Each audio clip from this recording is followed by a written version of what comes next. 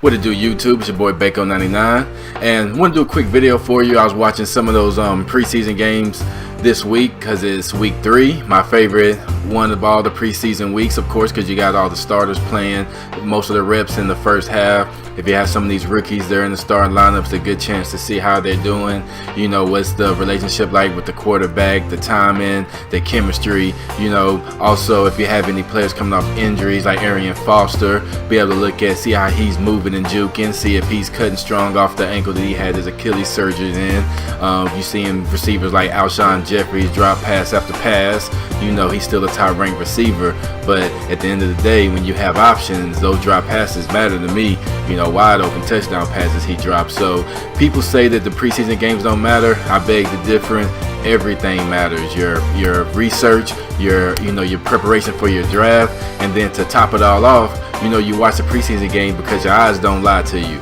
Your eyes will let you know what you see, and you need to trust them. So we're going to get into some of these updates. I was able to catch maybe about 5 games, I believe, and then I saw some highlights of some other ones, saw some replays or whatever. So I just wanted to bring to you things that I saw, things that players did good, things that some players did bad, how were certain teams looking, and all of that. So enjoy.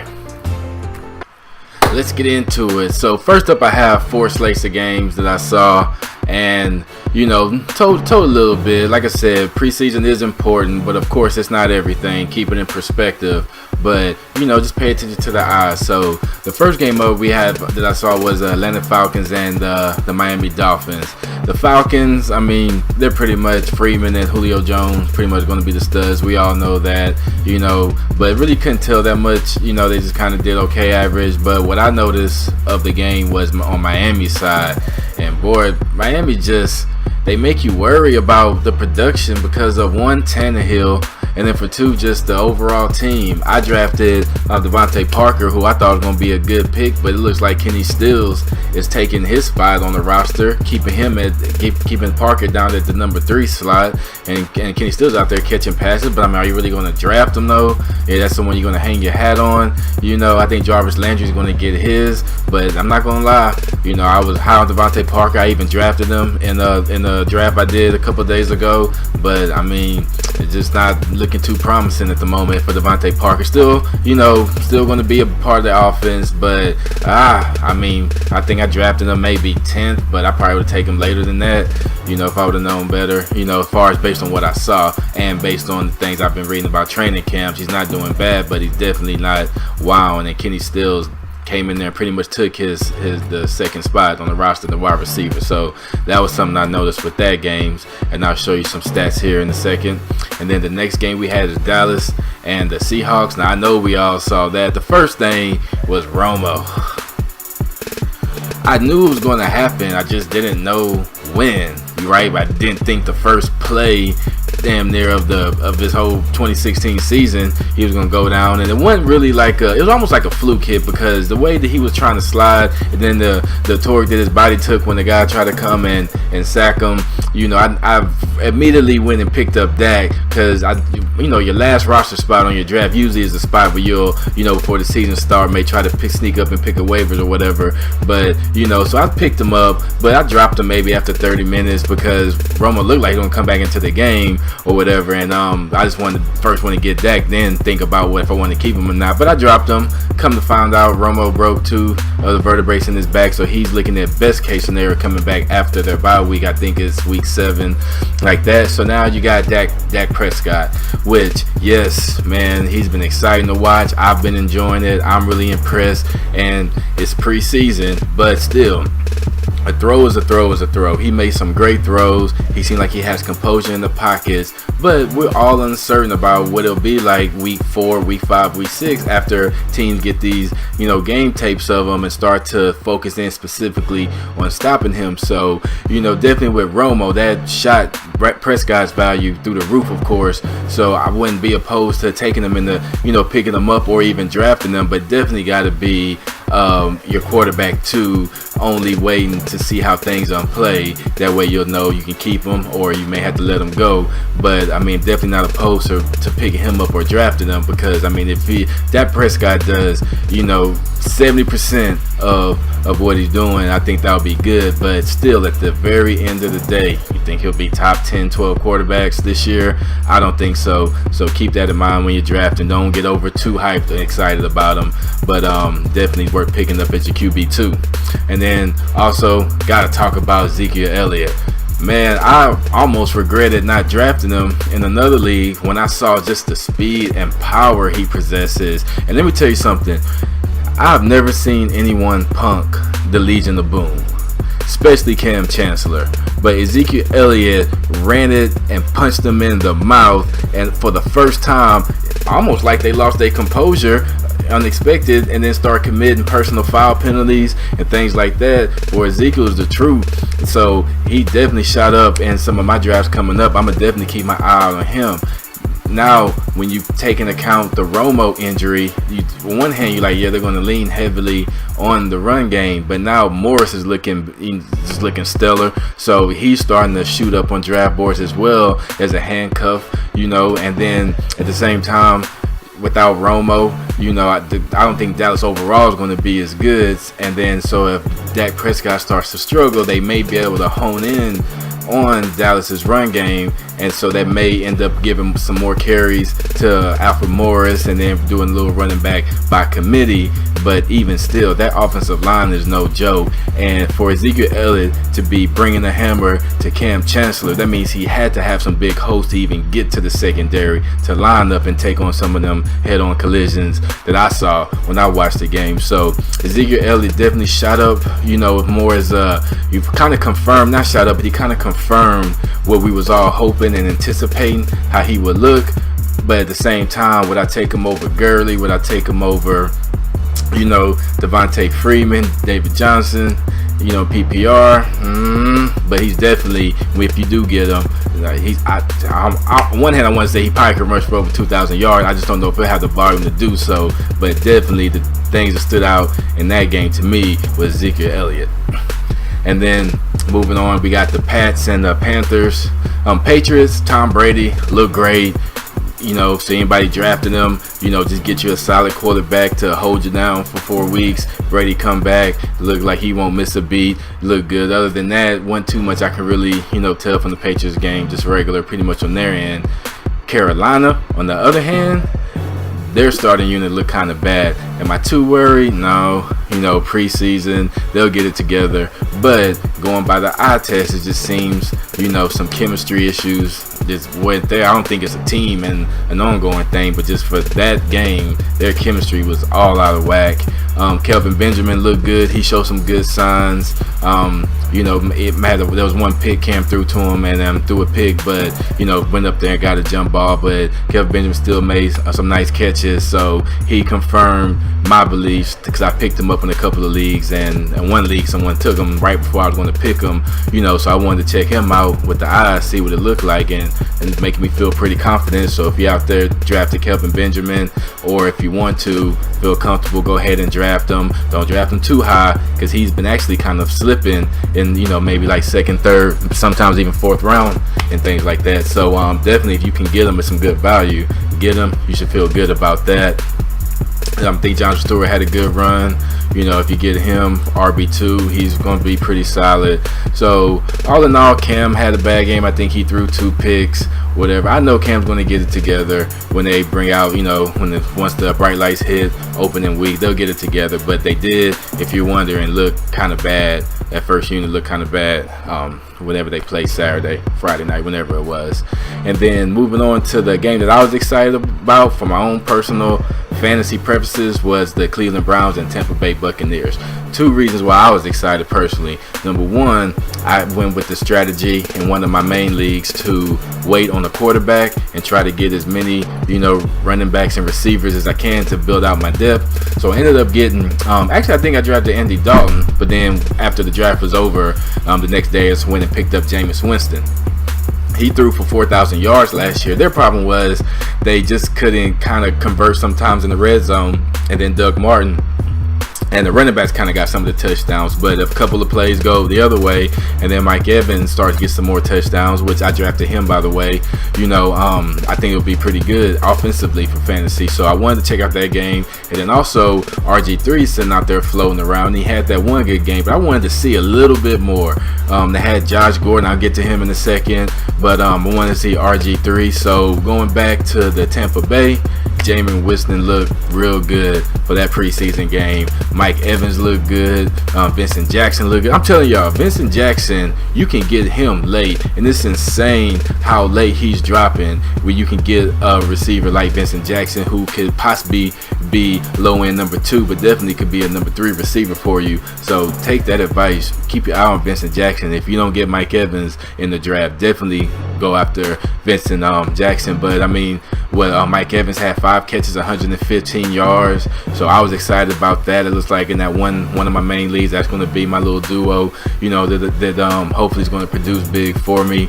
Doug Martin did, he did his thing, and Vincent Jackson, like I said, looked really, really good catching balls. I'm thinking that Evans may have some more touchdowns, but I'm thinking Jackson's going to have more receptions. So depending if you're in the PPR, could kind of balance itself out. But you'll be in good shape if you can get some of those, and the better value pick in your draft. So I really like that.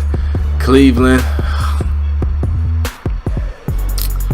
it ain't even RG3. It's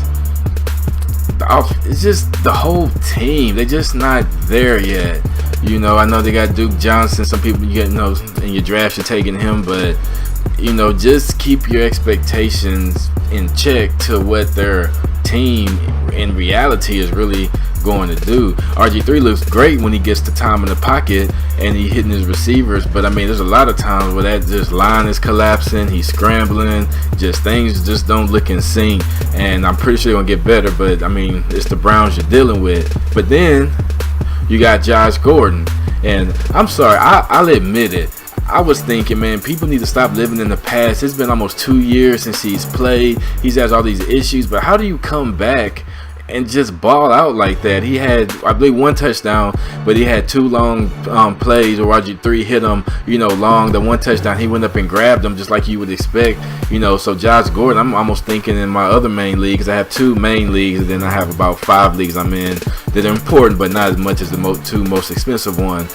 So I'm thinking maybe if I can get Josh Gordon and stash him, totally change my outlook on it. And that's why I say watch these preseason games. I was not really feeling Josh Gordon because of just the issues and how long it's been since he's played, and he's out 4 games. But I mean, if he comes in and picks up where he seems to left off at, I mean, hey, you can have some depth if you can get him and then keep going with your receivers pick. Make sure you get some other good ones and can hold it down till he comes back. I mean, that could be a good little strategy. So I mean, like I said, the odds, they don't lie to me. Josh Gordon looks like he's going to pick up and be legit where he left off at. So those were kind of the key takeaways that I got from watching those games. Like I said, I'll talk about some of these stats and look at some player stats before we go on to the next set of games.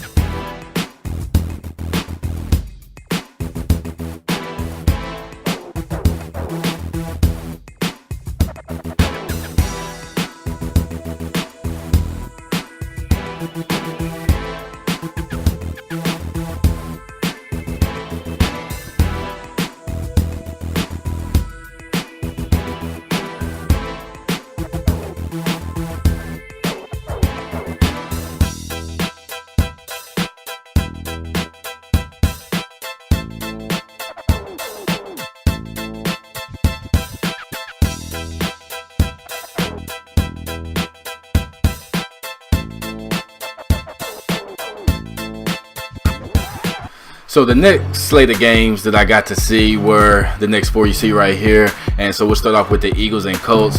What I took away from that game is the Colts offensive line is garbage. And it puts you in a bind because we know Andrew Luck's ability and his potential, and going to the AFC Championship games those first couple years in the league. So we know he can do it, but you can't do but so much with the sorry offensive line. So that was the most glaring thing I noticed, was how bad their offensive line was. That's pretty much all you needed to take away from it. And that's why, once again, I'm going to keep preaching it. Preseason games are important, because what I saw is that in daily fantasy, anytime you're going to have a decent, good receiver go against the Colts or a good defense or whatever the case may be, I mean, they're prime time to get good points going against the season, because they'll put up fantasy points, because they're going to probably be in offensive shootouts, but their offensive line is just horrible, and that's going to affect Andrew Luck. On the bright side, though, Dante Moncrief, I've been stressing him as a sleeper. Dante Moncrief, mark my words, he will outperform T.Y. Hilton. And T.Y. Hilton has been taken before Dante Moncrief in every draft I've been a part of. Let me tell you something about Hilton. He will go off on a couple of games throughout the year, but they could be 2 back-to-back games and then a down game and then another good game, or they can be 3 down games and then 3 25 plus points scoring a game. It's going to be inconsistent, but I'm liking the chemistry that I see with Moncrief. He's going to be the possession receiver. He's still going to get his touchdowns. And when they need to catch, unless it's going to be a big home run play, they're going to throw it to Moncrief. So Moncrief is another player, I'm telling you. Let people take T.Y. Hilton, wait a couple of rounds, and come back and get Moncrief. Now, he's catching on because he was picked in some leagues that I was drafting in, that so it's not like I'm drafting 100 leagues. I had to do a draft for my girlfriend's brother, who got called into work the same day of his draft, and then my little brother called me because he's not watching my videos, so he wasn't prepared. So I ended up kind of doing his draft. So I'm starting to notice people starting to get on Moncrief and take a little bit earlier, so you can't wait too late. But trust me, T.Y. Hilton will go off that board before Dante Moncrief, so you need to be the one to draft Moncrief. On to the Eagles. Their receivers look good, but they're playing the Colts, so that's one of the things where I couldn't just take too much away from it. Player alert: Chris Givens and Ruben Randall got cut. Dorial Beckham looked like he survived the cut and he had a touchdown. Don't you do it. Do not draft Dorial Beckham. Watch my other video where I say the top 5 players not to draft. He's fool's gold. That touchdown is fool's gold, because even though he had the touchdown on another play, he did the typical Dorial Beckham thing where he runs, he has a wide open touchdown, but for whatever reason he just stops the route. And I'm not gonna say lollygags, but he just doesn't complete the route. Therefore, the pass is incomplete. Could have had 2 touchdowns. Stay away from him. So that's pretty much what I took from that game. The next game was another game, personally, that I was excited about, because I've been taking some Raiders this year in my fantasy drafts, and I've been taking Tajay Sharp. So let's go back. So Tajay Sharp, to be honest, I knew that he's been tearing it up in training camp. Even though you got Matthews, Tajay Sharp probably is going to end up being the more productive receiver, out of the bunch. So I wanted to see what he looked like. He looked great, looked good with the starters, got a couple of receptions in, so I'm happy with that. And then what else did I notice? The Titans offensive line is beast. That could be up there next to Dallas. They're not Dallas the best offensive line in the league. We all know that. That's not debatable. But the Titans are going to be right there. So whether you get DeMarco Murray or whether you get Derrick Henry, they are both going to ball. And so when it comes to running backs, the Titans need to be on your radar. So with that being said, which one to take? DeMarco Murray looks every bit as good as Derrick Henry does. So it just depends. You take a risk. Do you go with Murray and he stays healthy and stays that lead back? Or do you believe that Henry's going to come in and eventually overtake him, because the war is bad? Henry and Ezekiel Elliott are by far the best rookie running backs in this year's draft. So a lot to see, on that end of football. So we go to the other side with the Raiders. I've already been on tape saying that the Raiders are my sleeper team, this year. I think they'll make the playoffs type sleeper. I'm not going to predict them to win the Super Bowl or nothing, but they're really, really improved. This is another year under the belt for Derek Carr and Amari Cooper. They got, and the Washington kid, I think it's DeAndre Washington, a good running back to solidify a slot. is get Murray if he falls to you, and then make sure you backdoor and get DeAndre Washington. If you have some good people in your league, he's not going to wait too long before someone handcuffs him. But if you can get Murray and then handcuff him with with Washington, or vice versa with the Titans, get DeMarco Murray and handcuff Derrick Henry, either one of these two teams, you will be solid at one full slot. You don't have to worry about a running back in one of your positions for the whole entire year. So DeAndre Washington looked really good, explosive, catch balls out the backfield. So Murray, who I drafted maybe in the Zay game, I had one guy, a little slickster, took him, right before I was going to take Washington, so I wouldn't handcuff him. Kudos to him. That was a good move like that. But definitely, with the Raiders, you got Carr, Murray, and Washington, and Cooper. That's 4 players that you need to try to go after one of those 4 if you can in your draft. That's just my sleeper. That's my opinion on this year. I think the Raiders are going to be good picks. Not your first, second picks, but you can get them in Murray in the second round, or you can get Cooper in the second, third round. Your second one, possibly, depends how deep the league are. So definitely keep your eyes on those players and try to get some of those if you can, if they fall to you correctly. Moving on, we got the Kansas City Chiefs and the Bears. It was a good game. I was watching Jeremy Maclin. He's been sliding down draft boards, undervalued. So if you can get him, especially if you get him as your number 2 wide receiver, or number 3, if you get him later, like in the 5th, 6th, 7th round, but he'll be like your number 3 receiver, then you struck gold with that one, and you're real good. But even still, he has potential to be a decent number 2 wide receiver for you. So I wanted to check him out. He caught a couple passes. Good look what I wanted to see. On the Bears end, Jeremy Langford looked good. I'm not a Jeremy Langford believer. I feel like the only reason he'll be good in fantasy because by default that's their only real running back they have in Chicago, so he'll get a lot of the workload. But he's actually looking pretty explosive. The one knock on him is that he just yards after hits or whatever, when he gets hit, it usually goes down. The first man hit him, but I saw him break a couple tackles in the game, and really looked explosive. So a little bit higher on Jeremy Hill, all what the eye test tell me. Like, he may not be a bad pick overall if you can get him at the right spot in the draft. So that was pretty much what I took away from that game. Now, moving on to the last game I have that I saw. Now, I admit, I'm not going to hide it, I'm a Houston Texans fan. So I was excited, of course, to watch this game.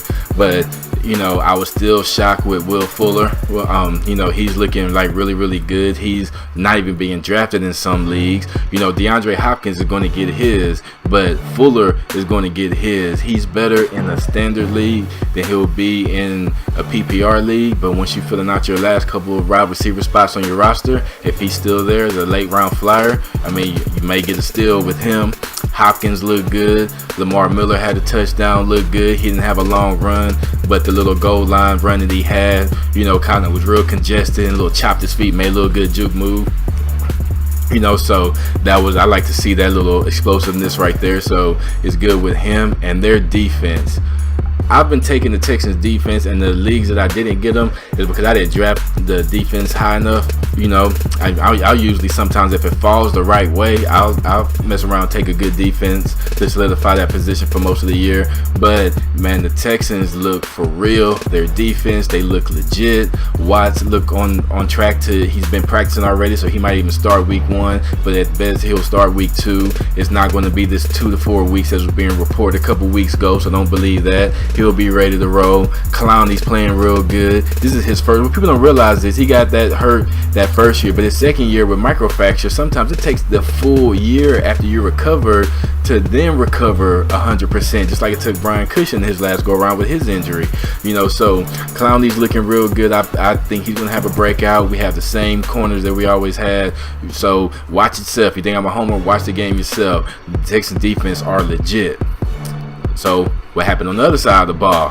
Carson Palmer getting chewed out by the coach, for whatever it was that coach is mad out, because the Texans just pretty much made their whole first unit just look bad. Got out, I'm not gonna act like I remember the exact score, but they got out to a big lead in the beginning. Then they started scoring some points in garbage time to make the score look better. But the Texans was putting it on the Cardinals' first team, so I didn't like what I saw from Palmer. I personally think that Palmer's not gonna have as great as this year as he did last last year. So if you drafted him, sorry for you or whatever. That's if also he don't get hurt, because last year and the year before, I think it was the first time he went the whole season without getting hurt. So I think he's been overdrafted, and the looks of it when the Texans went out there and brought it to him, the whole just unit looked bad. So I noticed that. I still think they have an explosive offense.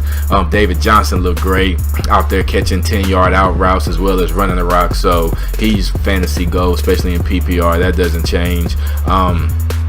I still think Floyd and Brown going to be good. They're going to get you some points, but definitely I would roll with another quarterback with Palmer if you're taking them, higher up in the drafts. Every player can be good depending on where you took him in the draft. So it's not really all about the players, like where'd you take him and what value for that spot you took him at. So that's what matters. So there you have it. These are just kind of brief of my opinions. I have more stats, other game stats, so you can see that, after this. And I'll keep the videos coming. I'll keep my eye. I'll keep watching things. And don't forget to leave some comments in the bottom. Subscribe, like the content. But ask me questions in the comments. Let me know if I'm wrong, or if you have different opinions, or if you have ideas or topics you want me to talk about. Let me know. I still have videos I'm working on, so I'm gonna have the other topics, various things like that.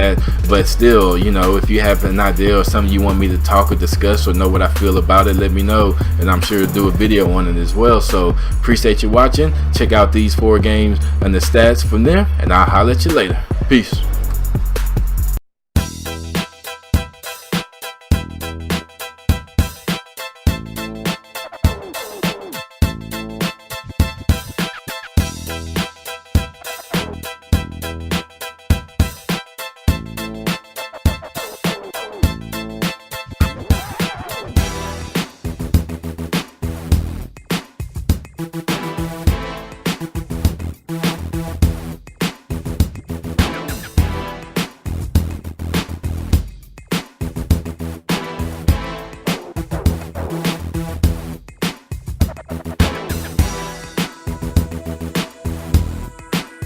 We'll be